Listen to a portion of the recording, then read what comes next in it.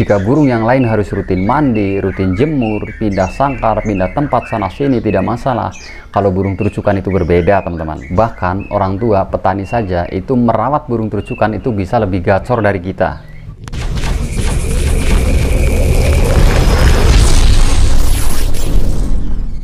Assalamualaikum warahmatullahi wabarakatuh. Bertemu lagi bersama kami Aina Bird Farm, channel yang mengupas tentang seputar burung dan penangkaran. Di pertemuan kali ini Aina Bird Farm akan membahas dua pertanyaan yang sudah mewakili 70% permasalahan terucukan, teman-teman. Jadi ada dua penelpon yang tidak mau disebutkan inisialnya, tapi nggak apa-apa, nanti kita bahas. Pertanyaan pertama, apakah rawatan burung terucukan sama dengan burung lainnya? Dan pertanyaan kedua, Bang, burung saya itu cenderung riwik terus tidak pernah ngeplong. Yang bikin jengkel, kalau dia lihat saya, dia langsung berhenti. Ini gimana solusinya? Oke, teman-teman, kita bahas yang ini dulu ya, teman-teman. Nah, terus saya jawab, Bang, itu hariannya burungnya dikerodong atau diablak? Terus dia jawab, ya pasti saya kerodong terus. Paling bukanya hanya pagi dan sore saja. Terus saya jawab lagi, nah ini dia ketemu masalahnya ya, teman-teman. Nah, kalau untuk burung riwik sendiri, itu sebetulnya faktor terlalu muda. Itu yang pertama, teman-teman. Jadi kalau burung terlalu muda itu cenderungnya ngeriwik. Nah, kalau sudah tua, jadi semakin deker, semakin dia tua, itu semakin bagus untuk burung terucukan ya, teman-teman. Itu kalau menurut pendapat saya. Nah, faktor yang kedua, itu kurangnya extra fooding. Jadi burung cenderungnya itu ngeriwik. Nah, itu faktor dari ngeriwiknya ya, teman-teman. Sekarang faktor yang kedua, kalau dia lihat pemiliknya, burung itu langsung berhenti. Makanya saya tanya, itu burungnya dikerodong atau diablak? Katanya dikerodong terus.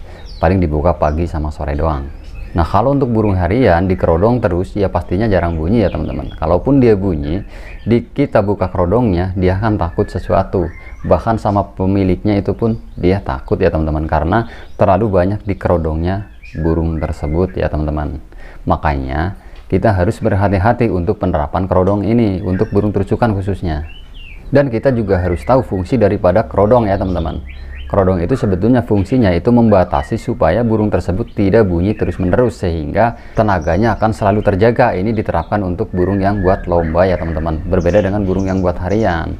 Dan fungsi kerodong ini juga membatasi melihatnya burung sejenis ya, teman-teman, sehingga dia vektornya akan terjaga. Dan kalau malam burung tersebut dikerodong, itu juga banyak fungsinya supaya tidak makan hewan-hewan beracun. Itu fungsi daripada kerodong ya, teman-teman. Jadi jangan kita ikut-ikutan, burung si A itu dikerodong terus dia gacor, burung si C itu dikerodong terus dia gacor, jadi kita ikut-ikutan. Ah, kerodong terus biar burungku akan gacor. Ini berbeda, teman-teman. Kita harus bisa membedakan burung ini buat harian atau buat lomba. Kalau untuk buat harian dikerodong terus, mana yang mau kita nikmati? Kalau untuk buat harian itu yang dinikmati itu suaranya. Kita melihat burungnya, bagaimana dia ngoceh, bagaimana dia berbunyi, skillnya seperti apa. Ini berbanding terbalik dengan burung yang buat lomba, teman-teman. Makanya untuk penerapan kerodong ini, kalau untuk burung harian, kalau menurut saya itu tidak begitu penting, terkecuali malam hari, teman-teman. Kalau untuk pagi sampai sore, itu usahakan diablak saja, karena burung itu yang akan kita nikmati suaranya. Dan kita akan melihat langsung bagaimana dia skillnya akan berbunyi, teman-teman. Jadi kalau kita kerodong terus, ya pastinya dia akan enggan berbunyi. Kalaupun dia akan berbunyi, itu di dalam kerodong. Masa iya kita harus melihat kerodongnya saja? Nggak melihat burungnya dia berbunyi, giliran kita cabut kerodongnya, dia akan enggan berbunyi karena dia akan takut dengan pemiliknya, karena sudah terbiasa bunyi di dalam kerodong, teman-teman. Kalau kita buka, dia akan takut melihat orang. Jadi solusinya itu taruhlah burung yang agak lebih rendah tempatnya, teman-teman. Itu bisa kita taruh di depan pintu keluar masuk rumah kita. Jadi dia akan lebih terbiasa dengan lalu lalang orang di sekitarnya, sehingga dia akan cuek nantinya untuk berbunyi. Dan jangan mengkerodong burung tersebut pada pagi, siang, juga sorenya, terkecuali malam ya, teman-teman. Kalau malam mau dikerodong tidak apa-apa. Kalau tidak takut kerodong, kalau takut kerodong ya jangan dipaksakan. Cukup ditaruh di yang minim cahaya saja ya, teman-teman. Nah, itu pertanyaan pertama ya, teman-teman. Sekarang pertanyaan yang kedua. Ini juga sudah mewakili sekian persen untuk permasalahan burung terucukan, teman-teman. Pertanyaan kedua, apakah rawatan burung terucukan itu sama dengan burung lainnya? Saya jawab, jelas berbeda. Coba teman-teman lihat karakteristik burung terucukan. Dia sangat kenal sekali dengan tangkringannya. Apalagi ganti pemilik, ganti sangkar, ganti lingkungan, diganti tangkringannya saja dia sudah beda aksara. Tapi ya nggak semuanya, jangan ditelan mentah-mentah. Makanya rawatan terucukan itu berbeda dengan burung lainnya, saya bilang. Artinya, jika burung yang lain harus rutin mandi, rutin jemur, pindah sangkar, pindah tempat sana-sini tidak masalah. Kalau burung terucukan itu berbeda, teman-teman. Bahkan orang tua, petani saja itu merawat burung terucukan itu bisa lebih gacor dari kita. Padahal rawatannya biasa saja. Bahkan kotorannya saja kalau untuk petani yang merawatnya ya, dia bisa menggacorkan burung tersebut. Padahal dia kotorannya saja itu sampai tinggi, hampir menyentuh daripada tangkringannya. Tapi dia tetap gacor. Bagaimana rawatannya untuk burung terucukan? Karena ini berbeda dengan burung-burung yang lain, teman-teman. Ini sudah pernah saya bahas di video sebelumnya. Makanya saya katakan di video sebelumnya, burung terucukan itu lebih senang dicuekin dibanding burung itu dirawat secara konsisten. Tapi yang jadi pertanyaan, apa iya kita harus merawat burung terucukan kita seperti rawatan burung petani itu?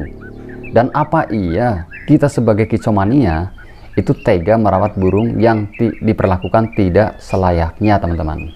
Kenapa saya bilang tidak selayaknya? Karena kotorannya saja itu hampir menyentuh tangkringan. Apakah itu layak sebagai kicomania kita tiru hal seperti itu? Tentunya tidak ya, teman-teman. Rawatan juga jarang sekali dia kasih extra fooding, hanya fur-fur saja, tapi dia tetap gacor. Jadi begini, teman-teman, memang untuk burung terucukan setahu saya ini memang lebih senang dicuekin dibanding kita merawatnya secara berlebihan. Makanya kalau petani merawat burung terucukan itu bisa lebih gacor dari kita. Akan tetapi ada masalah yang akan mengancam burung tersebut, teman-teman. Karena kalau seorang petani itu biasanya jarang sekali mengasih extra fooding. Nah, ini akan berdampak pada kekurangan daripada nutrisi burung tersebut yang akan mengakibatkan menceng daripada paruh burung terucukan yang dia punya, teman-teman. Dan akan menimbulkan penyakit-penyakit yang timbul akibat kurang nutrisi tentunya. Dan walaupun dia gacor, dia akan lebih susah bertahan untuk kegacorannya, teman-teman. Dia pasti akan mengalami penurunan performa karena dia akan kekurangan nutrisi tentunya.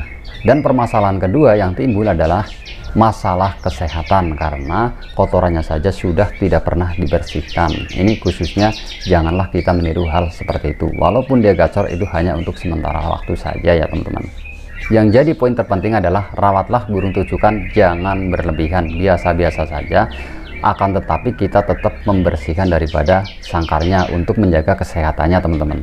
Dan tentunya jangan lupa kita tetap memberikan extra fooding juga buah yang bernutrisi tinggi tentunya. Otomatis burung ini akan gacor dengan sendirinya. Jadi kita cuekin saja, jangan pernah kita menggoda-goda burung tersebut sehingga burung ini akan tetap gacor dan stabil nantinya, teman-teman. Nah, kalau untuk perawatan burung terucukan itu sudah banyak sekali ya, teman-teman, di video saya sebelumnya. Silahkan untuk di scroll saja ke bawah biar untuk lebih jelasnya ya, teman-teman. Nah, itulah jawaban dari saya untuk pertanyaan 2 itu. Semoga bermanfaat. Saya tidak merasa paling bisa, saya bukan guru juga bukan suhu, saya sistemnya hanya berbagi. Salam lestari. Assalamualaikum warahmatullahi wabarakatuh.